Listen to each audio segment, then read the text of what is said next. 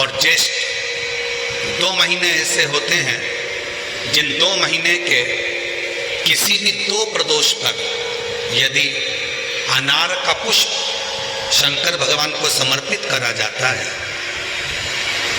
भगवान शिव जी को अगर अनार का पुष्प समर्पित करा जाता है तो संपदा की कमी नहीं होती, कभी वैभव की कमी नहीं होती। केवल 2 महीना ऐसा होता है, एक होता है वैशाख का महीना, एक होता है ज्येष्ठ का महीना।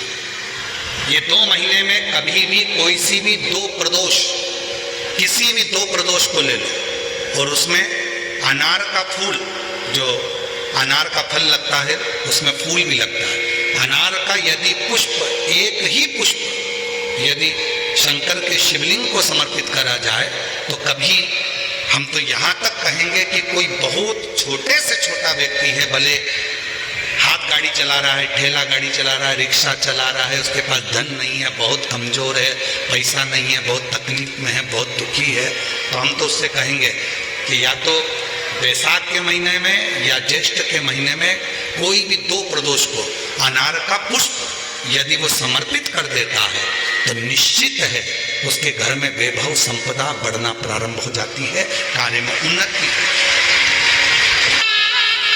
कितना भी टेंशन, कितनी भी चिंता व्यापे, कितनी भी परेशानी चल रही हो, थोड़े दिन बाबा की जो जलाधारी है, इस जलाधारी पर हल्दी का थोड़ा सा लेपन करिए, हल्दी, और हल्दी का लेपन कर कर जिस पात्र से शिव जी को जल चढ़ाओगी उसी पात्र पर अपनी 3 उंगलियों का स्पर्श हल्दी का कर कर फिर बाबा को कुंदकेश्वर महादेव के नाम से जल चढ़ाना प्रारंभ करें। जो हल्दी का लेपन आपने जलाधारी पर करा है उसी जलाधारी की 1 उंगली कलश पर लगाकर लेकर आओ। घर के अंदर जब प्रवेश करो या व्यापार में प्रवेश करो तो जो कलश पर हल्दी लगाकर लाए हो वही दरवाजे के ऊपर थोड़ी सी मात्रा में कुंदकेश्वर महादेव के नाम से लगाना प्रारंभ कर दो। कैसी भी चिंता हो 7 से 8 दिन में वो चिंता समाप्त होगी ही हो, टेंशन खत्म होगा ही, परेशानी से तृतीय भाव। कौन से महादेव का नाम लेना है? जम के बोलो, जरा आवाज आना चाहिए। कुंदकेश्वर महादेव, फिर से बोलो जम के, कुंदकेश्वर महादेव। शिव आराधना का एक प्रतीक है, शिव आराधना। जिस नारी को रजोधर्म से जुड़ी हुई प्रॉब्लम होती है, रजस्वला धर्म से जुड़ी हुई कोई तकलीफें होती हैं, अगर थोड़ा समझेंगे अपन उसको, जैसे ये शिवलिंग है, ये जलाधारी है गोल, और यहाँ से पानी बहता है, समझ में आ रहा है ना सबको? ये शिवलिंग जलाधारी, यहाँ से जल बहता है। जिस नारी को अगर गर्भाशय में गठान हो जाए, गर्भाशय से जुड़ी हुई प्रॉब्लम हो, रजोधर्म से जुड़ी हुई तकलीफ हो, रजस्वला धर्म से जुड़ी हुई तकलीफ हो, कुछ भी प्रॉब्लम अगर नारी से जुड़ी हुई है तो जल शिवलिंग पर ना चढ़ाकर अगर औषधि के लिए कर रहे हो तो ये जो जलाधारी है गोल, इस जलाधारी पर, इसको कहते हैं पार्वती जी का हस्त कमल, इस जलाधारी पर जल को आप चढ़ाना प्रारंभ करिए। 3 बार उस जल को शिवलिंग के आसपास चढ़ाइए, पर शिवलिंग पर समर्पित ना करते हुए जलाधारी पर जल समर्पित करें और उसी जल को झेल कर पीने का प्रयास करें। लगभग 15 दिन भी अगर आपने रेगुलर कर लिया तो निश्चित है कि रजोधर्म से जुड़ी हुई समस्या आपकी समाप्त हो जाए। ये हस्त कमल मां पार्वती का स्थान, ये शिवलिंग शंकर जी का स्थान, बीच में जो मोटी सी लाइन रहती है वो अशोक सुंदरी का स्थान, ये गणेश जी का स्थान, ये कार्तिकेय का स्थान, ऊपर से जो एक एक बूंद पानी जलाधारी से जो टपक रहा है वो शंकर जी की 5 लड़कियां, जया, विषहरा, श्यामली बारी, दौतली, देव, जो जल नीचे गिरा रही। इस स्थान पर जब हम जल समर्पित करते हैं तो कितना भी बड़ा प्रॉब्लम हो, कुंदकेश्वर महादेव का नाम लेकर आप जल का आचमन करिए, उसमें श्रेष्ठता, श्रेष्ठ कुंदकेश्वर। उसी तरह कुंदकेश्वर महादेव का ही वर्णन किया गया, जिन बेटों की कोई 30 साल का हो गया, 35 साल का हो गया, 42 साल का हो गया, विवाह नहीं हो रहा, लड़की 35-36 साल की हो गई, 40 वर्ष की हो गई, 27 साल की हो गई, विवाह नहीं हो रहा, बहुत चिंता में हो, बहुत टेंशन में हो, तो शास्त्र कहता है, हमारा शिव महापुराण का कथा वर्णन करती है, हाथ में 2 लोटा जल, 2 लोटे जल लीजिए और दोनों लोटे जल से शंकर भगवान को, जिस लड़का लड़की का विवाह नहीं हो रहा, उसी का हाथ से शिवलिंग पर दोनों लोटा जल आधी आधी मात्रा में चढ़ाइए, मतलब थोड़ा थोड़ा जल कुंदकेश्वर महादेव के नाम से चढ़ाइए। वही जल लेकर जाइए और बेलपत्र के वृक्ष के नीचे उसी जल से 7 धार, पेड़ की परिक्रमा करते हुए 7 परिक्रमा उसी जल से, दोनों लोटे जल से 7 परिक्रमा कुंदकेश्वर महादेव के नाम से करवा दीजिए, उसका विवाह होकर ही रहेगा, निश्चितता में विवाह।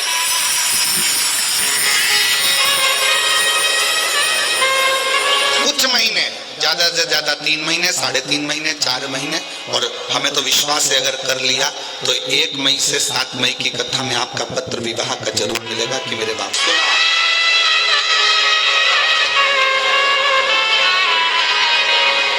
जयपुर बहुत दूर नहीं है, जब मेरा ओघड़दानी आपकी झोली में खुशियां भर देगा ना, तो मुझे विश्वास है आप इतनी प्रसन्न होकर जयपुर लाल चुंदड़ी ओढ़ कर आओगी ना ईश्वर जी और गोरा जी की कथा में, तो कहोगे कि बाबा ने हमको ये दिया, ये मेरे बाबा ने दिया है, ये पत्र में कितना कितना पत्र आया है कि हम क्या वर्णन करें, हम का जरा विचार करो, इन पत्रों को जरा देखो, जरा ये पत्र तो हम पढ़ ही नहीं पा रहे हैं, इतना पत्र का ढेर लग रहा है। देखिए ये पत्र कोई पढ़ा रहा है इतने,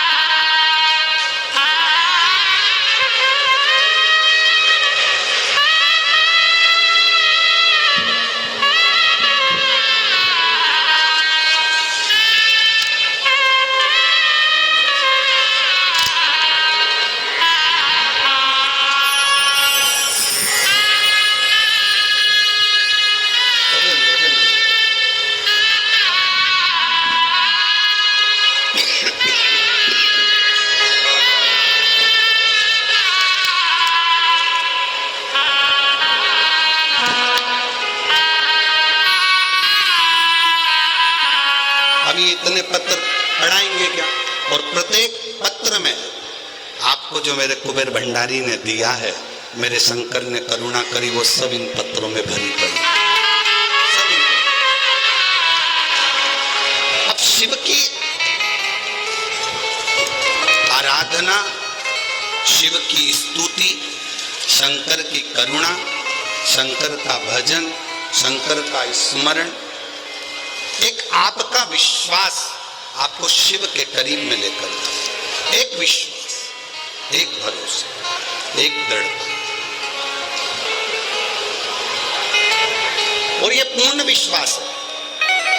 अगर आपने दिल से कथा सुनी है ना रतनगढ़ की, तो हम भी विश्वास के साथ कहते हैं कि जयपुर फिर मिलते हैं, ये पूर्ण विश्वास के साथ फिर पुनः, और खाली जब कोई दर से तुम्हारे, खाली न जाता कोई दर से तुम्हारे, मेरे भी खड़े हो नन्हे वापस आए, अपने हृदय से लगा लो, लगा लो,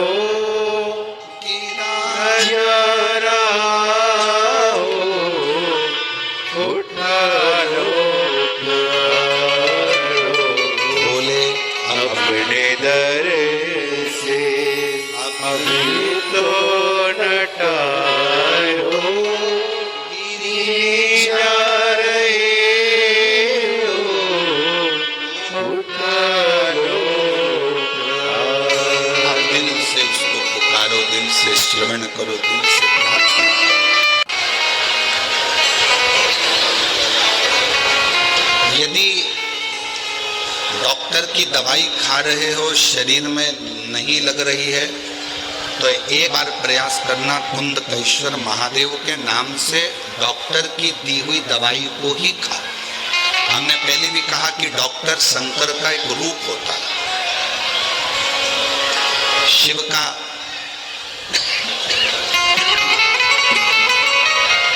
एक स्वरूप डॉक्टर के रूप में रहता है। यदि शरीर में दवाई ना लगे, शरीर में रोग बढ़ता जा रहा है, दवाई ना लग रही हो, तो कुंदकेश्वर महादेव का स्मरण कर कुंदकेश्वर।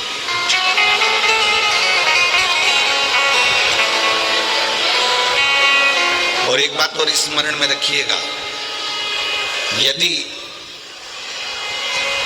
नवयुवक बेटा बेटियां कोई कंपटीशन एग्जाम में बैठ रहा है, कोई परीक्षा देने बैठ रहा है, खूब अच्छी मेहनत करो। अभी तक जितनी पढ़ाई करी है उससे 4 गुना ज्यादा पढ़ाई करो।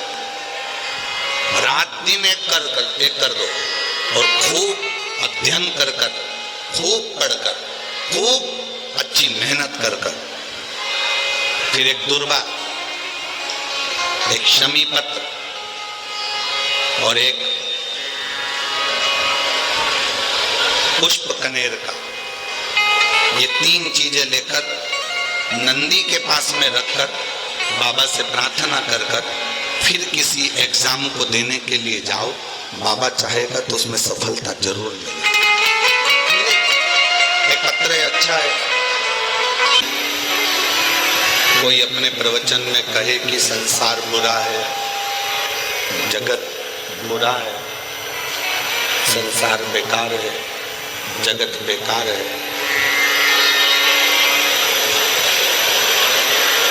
किनके लिए?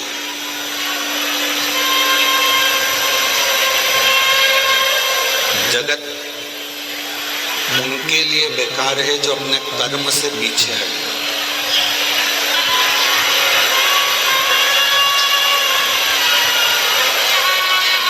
यदि आप अपना कर्म कर रहे हैं, मेहनत कर रहे हैं, परिश्रम कर रहे हैं, लगनता से कार्य कर रहे हैं और अथक मेहनत, अथक परिश्रम यदि आप कर रहे हैं तो संसार आपको बुरा कभी नहीं लगेगा, संसार आपको हमेशा अच्छा ही लगेगा।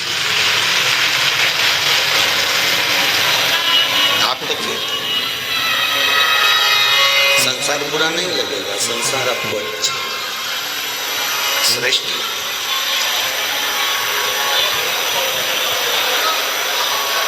जो निठल्ला होकर बिना कर्म किए बैठा रहे, कोई कर्म करे ही ना, उसके लिए तो पूरा जगत बेकार, पूरा जगत।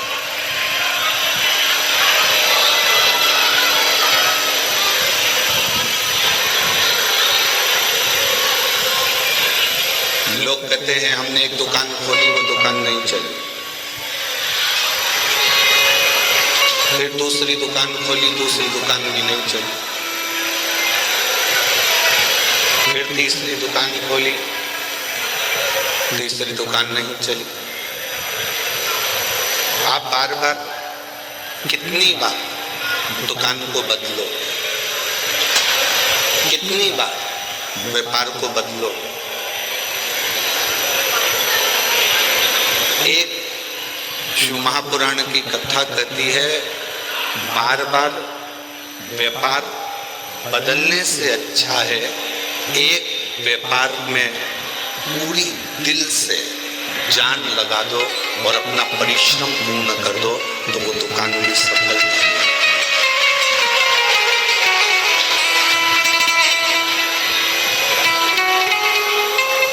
33 कोटि देव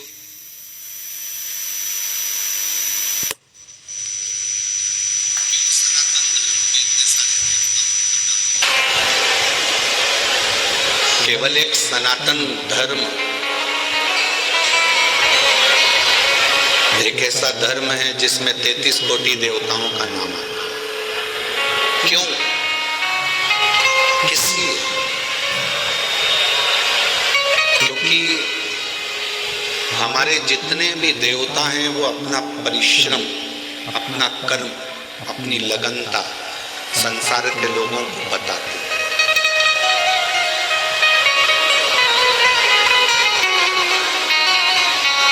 जो कहते हैं कि संसार बुरा है, दुनिया बुरी है, सब बेकार है, सब बेकार है, सब बेकार है, हम उनसे कहेंगे, कई लोग ऐसे भी मिलेंगे जो कहेंगे साहब हमारा गांव बेकार है, कोई कहेगा हमारा प्रदेश बेकार है, कोई कहेगा हमारा जिला बेकार है, कोई कहेंगे राजनीति बेकार है, कोई कहेंगे ये बेकार है, कोई कहेंगे वो बेकार है। महापुराण की कथा कहती है, मान लो संसार को आप बेकार कह रहे हो तो कम से कम अपने आप को श्रेष्ठ बनाने का प्रयास करो तो संसार भी आपको श्रेष्ठ नजर आएगा।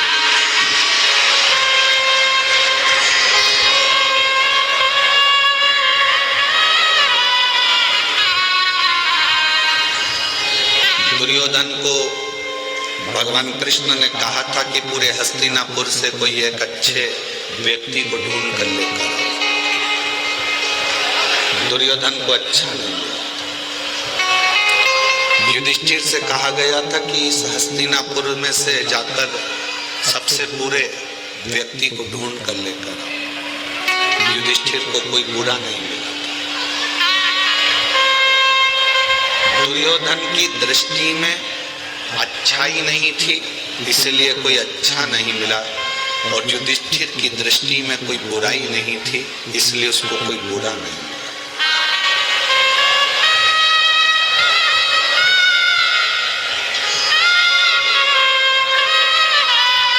आपकी दृष्टि क्या कह रही है?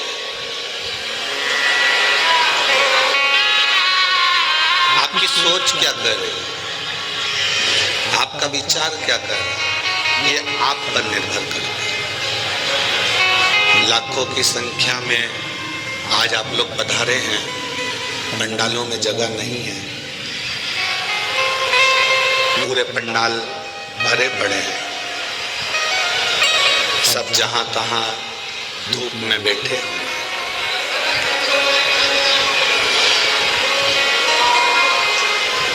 बालू रेत, रतनगढ़ की ये मिट्टी धूप में इतनी गर्म हो गई है कि उसमें चना डाल दिया जाए तो वो भी सिक के बाहर आ जाएगा।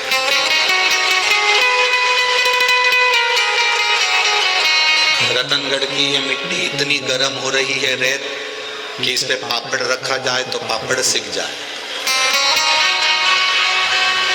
और मैं कैमरामैन से आस्था चैनल पर कहूंगा एक बार वो नजारा दिखाओ कि उस मिट्टी पर कैसे लोग धूप में बैठकर शिव महापुराण की कथा का विस्तृत करते हैं।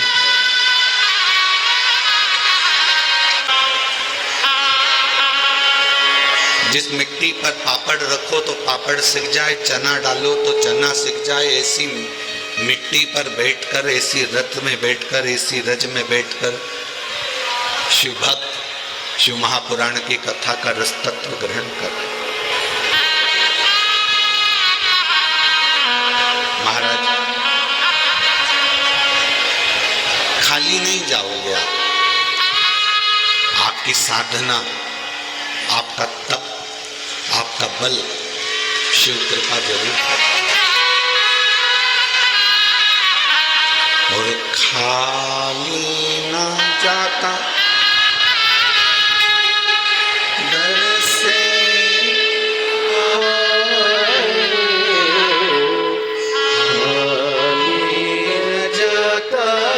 कोई दर से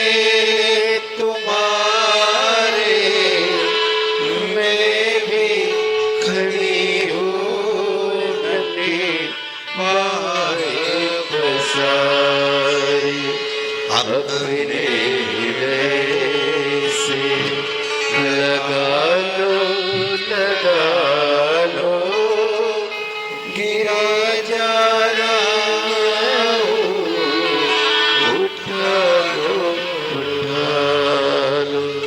बोले अपने हृदय से अभी तो न टालो, गिरे जा रहे हो, उठा लो। आपकी साधना, आपका भजन, आपका स्मरण, आपका कीर्तन खाली नहीं था।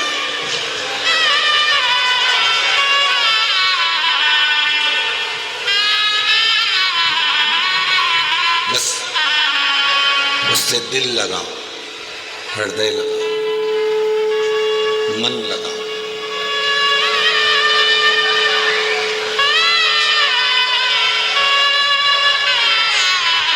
एक पत्नी को पति से किस चीज की कामना होती है?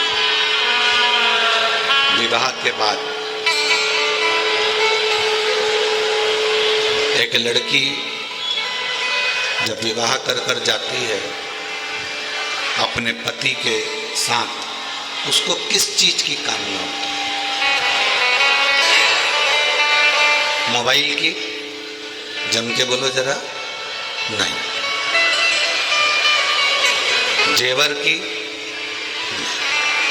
अच्छे कपड़े की?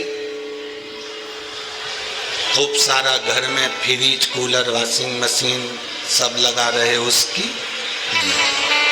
एक पत्नी को पति से कामना रहती है कि वो मुझे थोड़ा समय दे और प्रेम से मेरे से बात कर कर मेरे दिल का हाल समझ ले।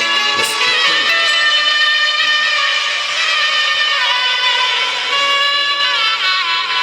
जो भीतर का दर्द ही ना समझे तो वो दिलदार क्या काम का।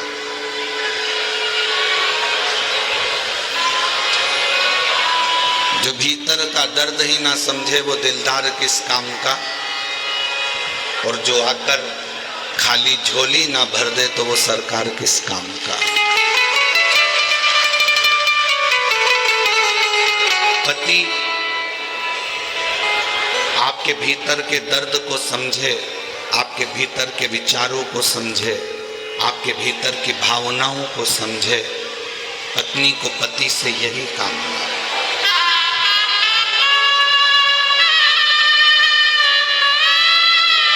उस परमात्मा को भी, मेरे देवाधिदेव महादेव, मेरे शंकर, मेरे ओगढ़दानी, मेरे शंभू, मेरे त्रिकालदर्शी, कैलाशी, अविनाशी को भी आपसे बस यही काम है। आप उसे कुछ दो ना दो, आप उसे कुछ पीतांबर, अंबर, वस्त्र, आभूषण, भोजन कुछ दो ना दो, उसे कोई मतलब नहीं है। वो तो कहता है केवल मुझे आपका हृदय, मन और शुद्ध भाव, शुद्ध भाव।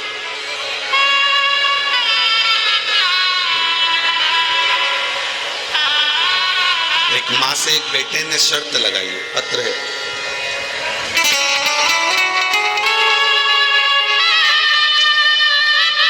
मेरा नाम उर्मिला पारीक है, पति का नाम राम अवतार पारीक है, निवास स्थान छाऊसरी, जिला झुंझुनू, राजस्थान से आई हूँ। कहीं बैठी हो तो हाथ हिला सकती है। मेरा नाम राम अवतार पारीक, उर्मिला पारीक, निवास स्थान छाऊसरी, जिला झुंझुनू, राजस्थान से। मेरा मोबाइल नंबर ये है। कहीं बैठी हो तो हाथ हिला सकती हैं। और आई हों और बच्चे भी आए हों साथ में तो फिर यहाँ व्यासपीठ पर आ सकते हैं। मेरे बेटे की शादी को 9 साल हो गए थे और डॉक्टर ने संतान का मना कर दिया था कि संतान की प्राप्ति नहीं। राजस्थान का, हरियाणा का ऐसा कोई डॉक्टर नहीं जिससे हमने इलाज ना करवाया। फिर भी संतान का सुख नहीं है। तब क्यों महापुराण की कथा के बारे में मालूम पड़ा और बेटे से मैंने जल चढ़ाने को कहा, बहू से जल चढ़ाने को कहा, तो बेटा कहता है जब ये साइंस किसी काम का नहीं है, विज्ञान काम नहीं आ रहा, तो कथा क्या काम आई? क्या तुम्हारी कथा संतान दे सकती है? बेटे ने शर्त लगाई और बहू बेटे से कहा कि तुम सफेद आंकड़े की जड़ का प्रयोग और शिवजी पे एक लोटा जल चढ़ाना प्रारंभ करो, वो देगा जरूर। पशुपति व्रत करा, एक बार में नहीं हुआ, 2 बार करा, आखिरी में बाबा भोलेनाथ ने कृपा करी और 9 साल के बाद 2 पशुपति व्रत का फल 2 पुत्र के रूप में जुड़वा प्राप्त।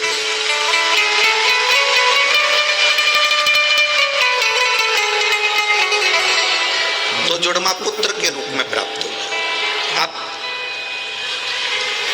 मेरा दूसरे नंबर का बेटा जिसका विवाह नहीं हो रहा था, लड़की देख देख कर थक गए, कहीं जमता नहीं, कभी लड़की वाले मना कर देते, सफलता नहीं मिल रही थी। तब फिर पुनः अपनी देवरानी के कहने से कथा सुनना प्रारंभ करी और मालूम पड़ा कि देवरानी बोली कि सालासर जी में कथा हो रही है 5 दिन की। हम सालासर जी के पंडाल में बैठकर 1 दिन की कथा सुनने के लिए पहुंचे। आप कहते हो पंडाल में भले 15 मिनट के लिए आओ, और अपने क्षेत्र में अगर कथा हो रही है तो पंडाल में बैठकर जरूर सुनो, बाबा से अर्जी जरूर लगाओ, बाबा स्वीकार करो। हमने 1 दिन पंडाल में बैठकर कथा सुनी। कथा सुनने के बाद सालासर जी से हम आ गए और बाबा का क्या गुणगान करूं गुरुदेव। वहां से आने के बाद मन में आया कि एक बार पूरी 7 दिन की कथा सुनी जाए। हम रेवाड़ी पहुंच गए, रेवाड़ी में जाकर कथा सुनी, उस कथा में अपने बेटे को भी ले गई।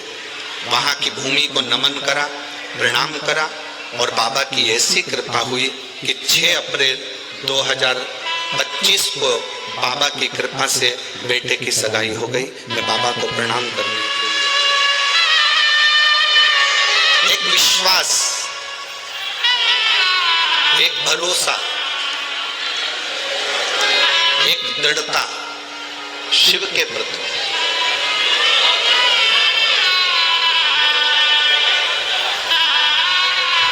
महापुराण की कथा टाइम पास करने के लिए नहीं है।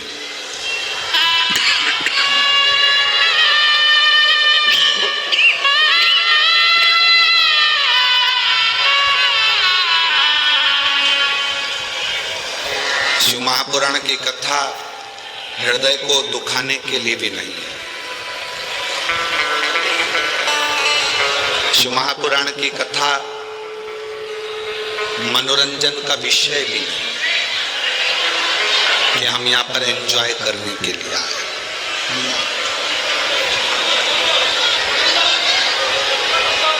इस कथा को दिल से बैठकर मन लगाकर यदि सुन लिया, जवाबदारी फिर उसकी है, वो 3 महीने में तुम्हारी झोली में क्या क्या डाले।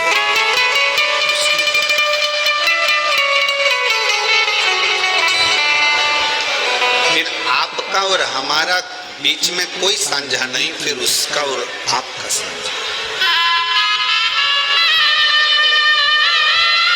कथा ने रुक्मणी जी को कृष्ण से मिला दिया था। रुक्मणी जी भगवान कृष्ण को कभी नहीं देखी थी।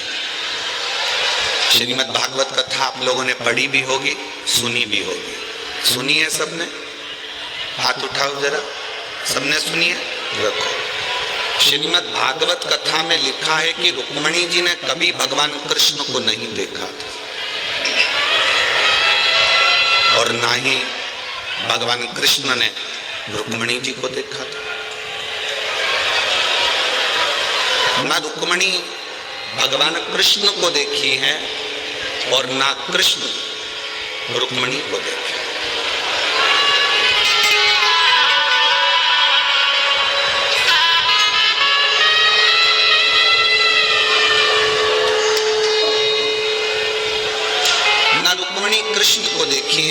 कृष्ण रुक्मिणी को देखे, दोनों एक दूसरे को बीच में साझा किस चीज का? रुक्मिणी जी जब बाल्यावस्था में अपने पिता के साथ गोदी में बैठती थीं, कोई आकर सूचना देता था कि द्वारका के नाथ ने ऐसा करा है, द्वारकाधीश ने ऐसा करा है, भगवान कृष्ण ने ऐसा करा है, कृष्ण का संवाद ऐसा है, कृष्ण ऐसे हैं, कृष्ण वैसे हैं। बार बार रुक्मिणी कृष्ण के विषय में सुनती थी, कृष्ण के विषय में रुक्मिणी जी का स्मरण होता था और उसका फल ये हुआ कि कथा सुनते सुनते रुक्मिणी जी का दिल भगवान कृष्ण में जुड़ गया और आखिरी में कृष्ण को रुक्मिणी को लेने लगा। आखिरी में भगवान कृष्ण रुक्मिणी जी को लेने के लिए आए, दिल जुड़ गया, मन जुड़ गया। कथा का काम क्या है? कथा करती क्या है? आपको परमात्मा से जोड़ देती है।